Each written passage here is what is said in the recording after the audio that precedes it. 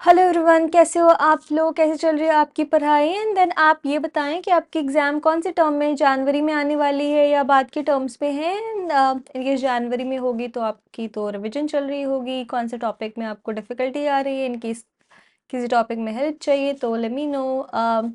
तो अपने आज कमिंग टू चैप्टर 2 अपने ऑलरेडी डिस्कस कर चुके हैं कि डिफरेंट टर्म्स क्या होता है, planning, preliminary audit engagement activities जो होती हैं उनके बारे में अपन सीख लिए थे। And then overall audit strategy, ये सब के बारे में अपन सीख लिए थे। आज अपने डिस्कस करने वाले audit planning. Before going into detail अपने क्विकली समझते हैं कि ये क्या है, प्रोसेस स्टेप क्या है, ये अभी तक ऑडिट प्लान में आने का, एंड ऑडिट प्लान के अंदर और चीज़ें क्या होती हैं। ठीक है, just give me 1 second. Okay, तो अपने स्टार्ट फर्स्ट क्या होता है, सब कुछ जो जितनी चीज़ें अपने कवर किए हैं that is called audit planning. Audit planning is a broad term. तो अपने स्टार्ट करते हैं ऑडिट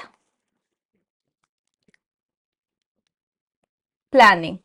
ठीक है, इसके अंदर अपने क्या डिस्कस किए थे कि प्रिलिमिनरी इंगेजमेंट एक्टिविटीज, इसमें अपने डिस्कस किए थे कि क्लाइंट एक्सेप्टेंस करना है कि नहीं क्लाइंट का। फिर अगर प्रायर ईयर में दूसरा कोई ऑडिटर था तो अपने प्रेडिसेसर ऑडिटर को रीच आउट करेंगे जस्ट टू चेक कि कोई प्रॉब्लम तो नहीं है करंट ईयर में। अगर है तो इंडिपेंडेंस वगैरह का भी इसमें चेक करते हैं कि इंडिपेंडेंट है कि नहीं। इनकेस कुछ थ्रेट आता है इंडिपेंडेंस पे तो उसको अकॉर्डिंगली डील करेंगे। फिर नेक्स्ट पॉइंट था कि इंगेजमेंट लेटर वगैरह इसमें ऑब्टेन करेंगे कि कैसे क्या है, इसमें क्या लिखा हुआ है, अगर दोनों पार्टी अग्री करते हैं कि नहीं। तो ये सब चीज़ें अपने डिस्कस करे थे इसमें। Coming to overall audit strategy, इसमें ये अपने डिस्कस किए थे कि बहुत ब्रॉड लेवल पे होता है। इसमें मेनली 3 पॉइंट्स डिस्कस करते हैं कि स्कोप जो होता है, टाइमिंग एंड डायरेक्शन का। स्कोप में अगेन जानना होता है कि क्लाइंट में क्लाइंट की अंडरस्टैंडिंग कौन सा फिनेंशियल रिपोर्टिंग फ्रेमवर्क है, कैसा कंट्रोल है। टाइमिंग में आपने डिस्कस करे थे कि कब कब अपने को रिपोर्ट देना है क्लाइंट को, अकॉर्डिंगली अपने रिसोर्सेज वगैरह के बारे में डिसाइड करेंगे। एंड फिर डायरेक्शन ओवरऑल की ऑडिट, तो ये मैं डिटेल में नहीं जाती। तो ये है स्टेप है कि ऑडिट प्लानिंग के अंदर ये सब कुछ आते हैं। First step is preliminary audit engagement activities, next is overall audit strategy that is again on broad level. Next point is audit plan. ठीक है, ये जो आज अपने कवर करने वाले ऑडिट प्लान में मेनली ये थोड़ी इसका जो स्ट्रैटेजी में अपने डिस्कस किया तो उसका एक्सटेंडेड वर्जन होता है, डिटेल में चीजें होती हैं। अब इसमें मेनली अपने क्या सीखते हैं, nature, timing and happened and extend of audit procedures. तो इसमें अपने डिसाइड कर लिए कि अच्छा ये एरिया अपने को ओवरऑल ऑडिट स्ट्रैटेजी में, ऑडिट प्लान में थोड़ा सा अब डिटेल में टेस्टिंग में जाएंगे कि क्या क्या नेचर क्या होगा, टाइमिंग कब कब टेस्टिंग करनी है। तो मैं एक बार के लिए इसको रिमूव करती हूँ। तो अपने यहाँ पे क्या आ गया था, ऑडिट प्लान का।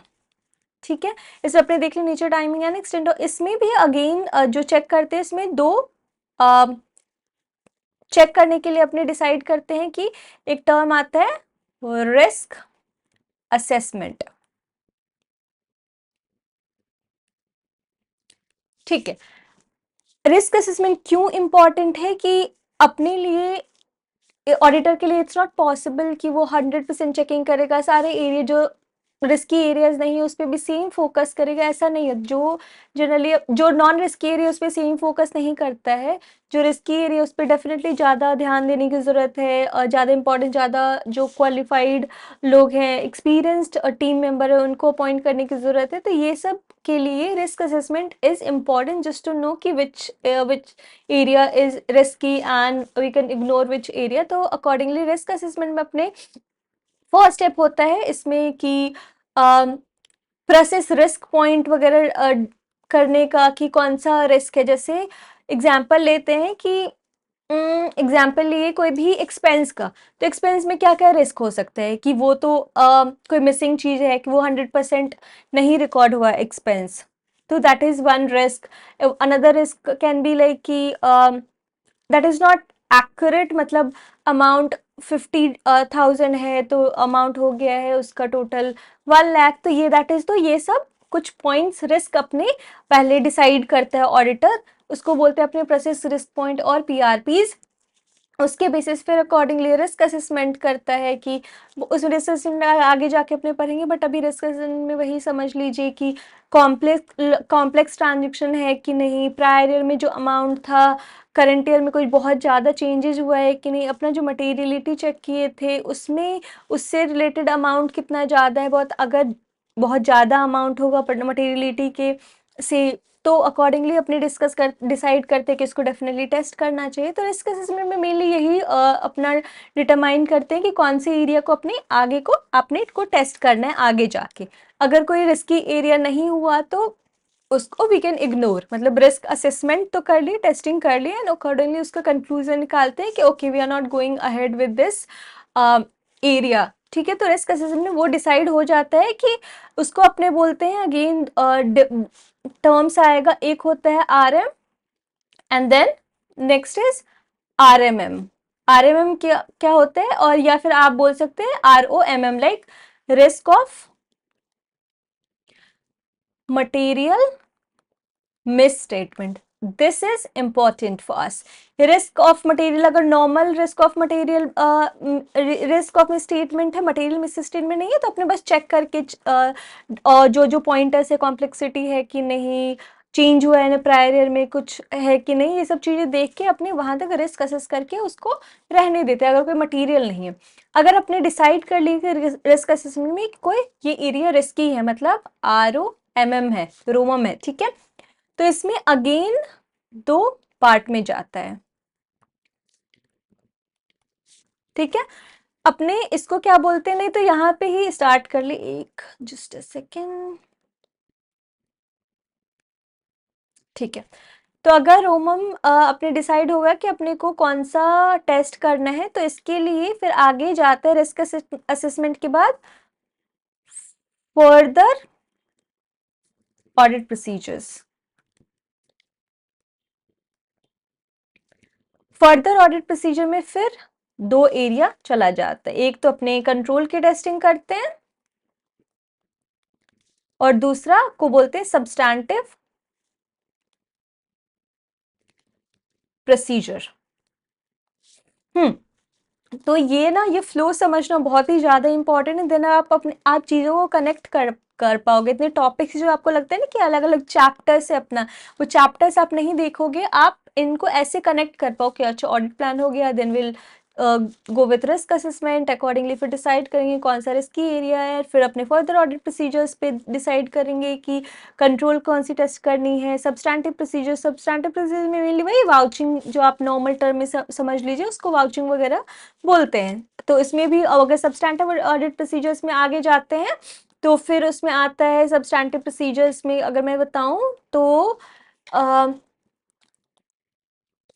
फिर इसके 2 पार्ट हो जाते हैं, टेस्ट ऑफ डिटेल्स जिसको मैं टॉट बोलती हूँ, और एक होता है सब्सटैंटिव एनालिटिकल प्रोसीजर्स, तो जिसमें आगे जाके अपने देखेंगे कि प्रायर के अमाउंट एक्सपेक्टेशन के बेसिस पे, रेशियो के बेसिस पे, ये सब जो कैलकुलेशन होगा ये ओवरऑल टोटल बेसिस पे ये सब्सटैंटिव एनालिटिकल प्रोसीजर्स होती है। और टॉट में जो होता है वो जनरली अपने सैंपल सेलेक्ट करके और इंडिविजुअल जो सैंपल है उसका उसके बेसिस पे टेस्ट करते हैं। ये अभी के लिए इंपॉर्टेंट नहीं है, बट मैं अगर फ्लो बता रही तो मैंने एक बार समझा दिया आपको कि क्या होता है। अभी अपना काम क्या है कि इसका प्लानिंग का देखना, तो प्लानिंग में अपने समझ ही लिए कि आगे जाके ऑडिट प्लान में अपने डिस्कस करते हैं कि रिस्क ऑफ कौन सा एरिया को अपने को रिस्क असेसमेंट करना है, कौन सा फर्दर ऑडिट प्रोसीजर के उसकी कब कब करना है। अभी तो कर नहीं रहे, अभी जस्ट प्लान बना रहे अपन, राइट। तो अभी प्लान बना रहे हैं तो यहीं पे थोड़े से डिटेल में अपनी कवर करेंगे कि कौन से एरिया में कब करना है, रिस्क असेसमेंट कब करनी है, अदर टेस्टिंग जो करना है अपने को फर्दर ऑडिट प्रोसीजर्स कंट्रोल वगैरह की टेस्टिंग उसका कब टाइमिंग होगा, कितने अपने टेस्ट कर रहे हैं, तो ये सब यहाँ पे अपन कवर कर लेंगे। ठीक है, चलो अब अपने जो इंस्टीट्यूट का टेक्स्ट है उसको कवर करते। सेम चीज वही लिखा है, once the overall audit strategy has been established the audit plan can be developed. तो ऑडिट स्ट्रैटेजी बन गई उसी बेसिस पे, taking into account the need to achieve the audit objective. तो ऑब्जेक्टिव हमेशा अपनी फोकस में, अपने ऑब्जेक्टिव से कभी कभी भागना नहीं, ऑब्जेक्टिव हमेशा अपना रहेगा। ऑब्जेक्टिव एक बार क्विकली डिस्कस करते हैं। ऑब्जेक्टिव क्या था? टू प्रोवाइड, क्या था? Audit opinion. ठीक है, मतलब उसमें वही दिखाना, तो मेनली अपने को ऑडिट ऑब्जेक्टिव को ध्यान में रख के अदर चीजें करनी है। ठीक है, अब क्वेश्चन आता है कि अपने को ऑडिट प्लान तो बनाना है, बट उसके लिए अपने को क्या चाहिए होगा? Understanding client business. अगर प्रायर ईयर में आपने अब सेम क्लाइंट का ऑडिट किए हुए तो आपको बहुत सारी understanding, but again it's not always I mean important कि जो प्रायर ईयर की इन्फॉर्मेशन है वही करंट ईयर में चली जाएगी। तो आपका क्या होता है, आपको करंट ईयर में नेक्स्ट स्टेप आता है कि आपको अंडरस्टैंडिंग क्लाइंट बिजनेस को हम क्या बोलते हैं, बहुत ये टर्म में अगर आप सुनेंगे तो इसको बोलते हैं हम वॉक थ्रू। इसको अंडरस्टैंडिंग को वॉक थ्रू प्रोसीजर्स बोलेंगे। मतलब सुने होंगे बहुत बार, या फिर आप ऑडिट करने जाओगे, आर्टिकलशिप स्टार्ट होगी तो आप बहुत बार सुनोगे कि वॉक थ्रू करना। वॉक थ्रू का मतलब वही होता है क्लाइंट के बिजनेस को समझना कि क्या चल रहा है, क्या अगर नॉलेज नहीं होगी तो अपनी रिस्क असेसमेंट सही से नहीं कर पाएंगे, बिकॉज रिस्क असेसमेंट में कुछ कुछ पॉइंट्स होती हैं। उसमें ये भी है कि मतलब अगर डिस्कस करेंगे तो पॉइंट्स है कि कोई कॉम्प्लेक्स ट्रांजेक्शन हुआ है कि नहीं, ड्यूरिंग द ईयर कुछ मेजर चेंज हुआ है कि नहीं, नेचर ऑफ वॉल्यूम क्या है, अमाउंट कितना है, चेंज वगैरह ये सब चीज़ें, कुछ मैनेजमेंट में कुछ चेंज हुआ है कि नहीं, क्लाइंट के नेचर में कुछ चेंज हुआ है। अगर सपोज ऐसा होगा कि एक आईपीओ मतलब लास्ट ईयर नहीं था, करंट ईयर में पता चला कि अंडरस्टैंडिंग वॉक थ्रू के टाइम पे कि क्लाइंट जो सोच रहा है कि लिस्ट करने का, आईपीओ निकलने वाला है उसका, तो डेफिनेटली उसके लिए रिस्क प्रोसीजर चेंज हो जाएंगी। तो हमेशा फ्रेश अंडरस्टैंडिंग क्लाइंट का लेना पड़ता है, क्लाइंट के बिजनेस का, and accordingly we can proceed further. ऐसे 300 में वही जो अपना प्लानिंग से रिलेटेड जो ऐसे था उसमें वही बोलते हैं कि इसमें डेवलपमेंट ऑडिट प्लान में क्या क्या चीज़ें आती हैं। First is nature, timing and extent of plan, risk assessment, procedures. अपने जो देखे कि रिस्क असेसमेंट अपने को करना है कि कौन सा एरिया रिस्की है, कौन सा रिस्क ऑफ मटेरियल मिसस्टेटमेंट है, कौन सा ये है नॉर्मल आरएम है, और कौन सा आरओ एमएम है। ठीक है, ये अपने देखे तो इससे डिसाइड करने से पहले अपने को पता तो चलना पड़ेगा कि कब करना है। एक तो नेचर कि करना है कि नहीं करना है, इसका टाइमिंग डेफिनेटली एक अपने को जब ऑडिट फुल ईयर में कंप्लीट करनी है तो फॉर एग्जांपल अपने ले लेते हैं कि टाइमिंग अपने डिसाइड कर लिए कि चलो अब सितंबर से अपने स्टार्ट किए, अक्टूबर नवंबर दिसंबर तक अपना ये हो जाना चाहिए। तो अपने सपोज कर दिए कि 15 दिसंबर तक अपने को रिस्क असेसमेंट वगैरह सारा कुछ कंप्लीट हो जाना चाहिए। भी बहुत ज़्यादा लेट है बट मैं एग्जाम्पल के लिए अभी ली हूँ। तो यहाँ पे सपोज कर लेते हैं कि 15 अक्टूबर यहाँ तक रिस्क असेसमेंट अपनी कंप्लीट हो जानी चाहिए।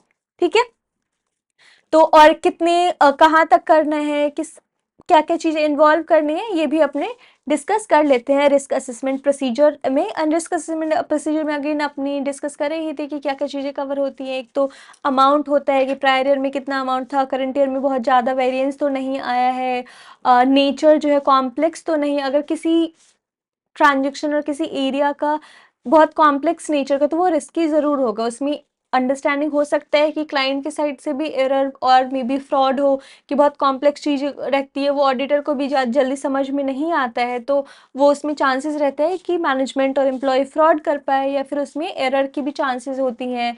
अगर कुछ मैनेजमेंट में बहुत चेंज है या फिर क्लाइंट में चेंज हुआ है ड्यूरिंग द ईयर, पहले एक ही प्रोडक्ट में डील करता था, अभी दूसरा नया प्रोडक्ट आ गया है, तो ये सब चीज़ों को ध्यान में, ये सब पॉइंट्स को ध्यान में रख के रिस्क असेसमेंट करते हैं। ऑडिटर अपनी जजमेंट के बेसिस पे ये डिसाइड करता है कि कौन सा area is risky, and accordingly फिर रिस्की एरिया जो इसका रिस्क ऑफ मटेरियल मिसस्टेटमेंट जिसमें होता है उसको लेके फिर आगे बढ़ते हैं। ठीक है, तो अपना ये डिसाइड हो गया कि अच्छा कब तक हमने को रिस्क असेसमेंट प्रोवाइड परफॉर्म करनी है, कौन कौन सी एरिया का करना है, ये सब हो गया। Next point is nature, same timing and extent of further audit procedures. Further audit procedures में अपने क्या, क्विकली आप लोग बताओ क्या क्या डिस्कस हुआ था। मैंने बता रही। फर्स्ट था कंट्रोल एंड नेक्स्ट था सब्सटैंटिव प्रोसीजर्स। अपने सपोज कोई रिस्की एरिया अपने डिसाइड किए कि ये जो पॉइंट है दैट इज रिस्की। एग्जांपल अपने सेम लेते हैं, expense is not accurately recorded, that is a risk. ठीक है, अपने रिस्क असेसमेंट में अपने ये डिसाइड कर ले, अच्छा ये वाला is risky area because amount ज़्यादा है और हो सकता है चांसेस इसमें कि एक्यूरेटली नहीं हो, तो इसको क्या करेंगे। अच्छा तो रिस्क तो एक हो गया, अब इसको टेस्ट करना पड़ेगा ऑडिटर को कि रिस्क तो है but just to make sure कि ये रिस्क है सच में कि नहीं है, तो उसके लिए एक तो चेक करेगा ऑडिटर कंट्रोल कि ये जो टाइमली जो अमाउंट एक्यूरेट कैसे नहीं होगा, कि जब सेकंड पर्सन कोई नहीं होगा चेक करने के लिए, देन चांसेस है कि वो एक कोई गलत लिखा एंड देन सेम चीज़ें वो बुक्स ऑफ अकाउंट्स में चली गई, तो वो कंट्रोल मेक श्योर करेगा ऑडिटर कि एक्सपेंस जो है उसका डबल चेकिंग हो रही है कि नहीं, सेकंड पार्टी है कि नहीं, मैनुअली कोई इंटर कर रहा है या ऑटोमेटिकली इनवॉइस के बेसिस पे सिस्टम में चला जा रहा है, किसी के पास अथॉरिटी है कि नहीं वो अमाउंट आने के बाद चेंज करने का, तो ये सब कंट्रोल देखेगा। ठीक है, कंट्रोल तो देख लिया, फिर वो क्या करेगा, एक्सपेंस की कुछ सैम्पलिंग करेगी। अगेन वो डिसाइड करेगा कि सैम्पलिंग करना है या फिर टोटल बेसिस पे, बट अभी के लिए हम समझ रहे हैं कि सब्सटैंटिव प्रोसीजर में कुछ सैम्पल टेस्ट करेगा कि अच्छा ये इनवॉइस है, ये अमाउंट है, ये रिलेटेड डॉक्यूमेंट्स, इसके बेसिस पे चेक करेगा कि अमाउंट जो है एक्यूरेटली रिकॉर्ड हुआ है कि नहीं बुक्स ऑफ अकाउंट्स में। ठीक है, ये सब चीज़ें मतलब ये प्लानिंग फेज में अपने डिसाइड कर लेते हैं कि कब तक कब कब करना है, मतलब कौन से नेचर का करना है, टाइमिंग कब तक, ये चीज़ें सब्सटैंटिव प्रोसीजर्स। जैसे अपना अक्टूबर तक ये हो गया रिस्क असेसमेंट वगैरह कंप्लीट करने का, तो अपने ये सब प्लानिंग का भी, ये सब्सटैंटिव और फर्दर ऑडिट प्रोसीजर्स का भी देख लेंगे कि फॉर एग्जाम्पल अपने कर लेंगे दिसंबर तक कर सकते हैं स्टार्ट।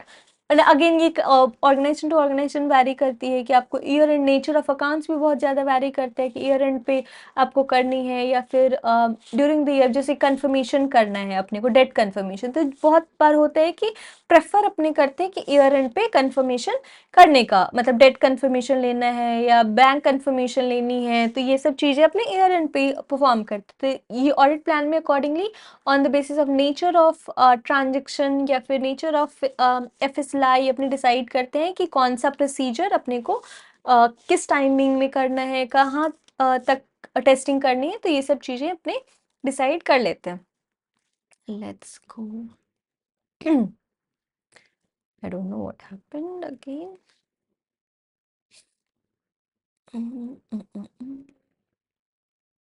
अगर और कोई प्लान्ड ऑडिट प्रोसीजर्स होगा तो वो भी यहाँ पे कर सकते हैं, रीपरफॉर्मेंस वगैरह करनी होगी या फिर इंक्वायरी करना होगा for just to know more about client, तो ये कर सकते हैं। यहाँ पे नेक्स्ट पॉइंट इज कि the auditor plans what type of audit procedure are to be perform, their timing and how much work should be done taking into account sample size. अपने वही डिस्कस कर रहे थे कि कितना काम कब टाइमिंग पे करना है, ईयर एंड पे चीज़ें कंप्लीट करनी है टेस्टिंग या फिर इंटरिम पे अपनी को टेस्टिंग कंप्लीट कर लेनी है, ये सब पॉइंट्स अपने को कंसीडर करना रहता है ऑडिट प्लान में। Next is again audit plan is more detailed, जो ओवरऑल ऑडिट स्ट्रैटेजी था वो थोड़े से ब्रॉडर वे में होता है एंड उसके डिटेल वर्जन जो होता है ऑडिट प्लान होती हैं। एंड अगेन ऑडिट प्लान में वही nature timing extent of audit procedures थोड़े से एक्सटेंडेड वर्जन हो जाता है, उसमें चेक करते हैं। फिर एग्जांपल दिया हुआ है कि planning of the auditors risk assessment procedure occurs early in the audit process. Definitely होगा ही ना, तभी तो फिर अदर फर्दर ऑडिट प्रोसीजर्स उसी पे तो बेस्ड होते हैं, राइट। तो अपने पहले रिस्क असेसमेंट करेंगे, वही बोलते हैं early in the audit procedure. However planning the nature, timing and extent of specific further audit procedure depends on the outcome of those risk assessment procedure जो अपने अभी अभी देखे, आउटकम क्या था रिस्क असेसमेंट का, इधर और रिस्क ऑफ मटेरियल मिसस्टेटमेंट होगा या रिस्क ऑफ नॉर्मल मिसस्टेटमेंट जिसको आरएम बोलते हैं और आरएमएम या रोमम बोलते हैं, ठीक है। तो रोमम होगा तो फिर अपने फर्दर ऑडिट प्रोसीजर परफॉर्म करेंगे, राइट। तो वही बोलते हैं कि ऑडिट ये जो डिपेंड करता है कि outcome result of that audit procedures. Next point is in addition, the auditor may begin the execution of further audit procedure for some of the class account balance disclosure before planning all remaining। हाँ मतलब कुछ area का वो कर सकता है, it's not necessary का सबका साथ में ही करना है, ठीक है। ये दिया हुआ है एलिमेंट ऑफ प्लानिंग में क्या आती है, अपने देख ही लिए कि फर्स्ट पॉइंट इज प्रिलिमिनरी और इंगेजमेंट एक्टिविटी जिसमें अपने देखते हैं कि क्लाइंट एक्सेप्ट करना है इंडिपेंडेंस और ये सब चीज़ें। फिर प्लानिंग एक्टिविटीज़ में 2 पार्ट आती है, establishing overall audit strategy and developing audit plan. चलो आज के लिए इतना ही, मिलते हैं नेक्स्ट क्लास में। Take care, bye.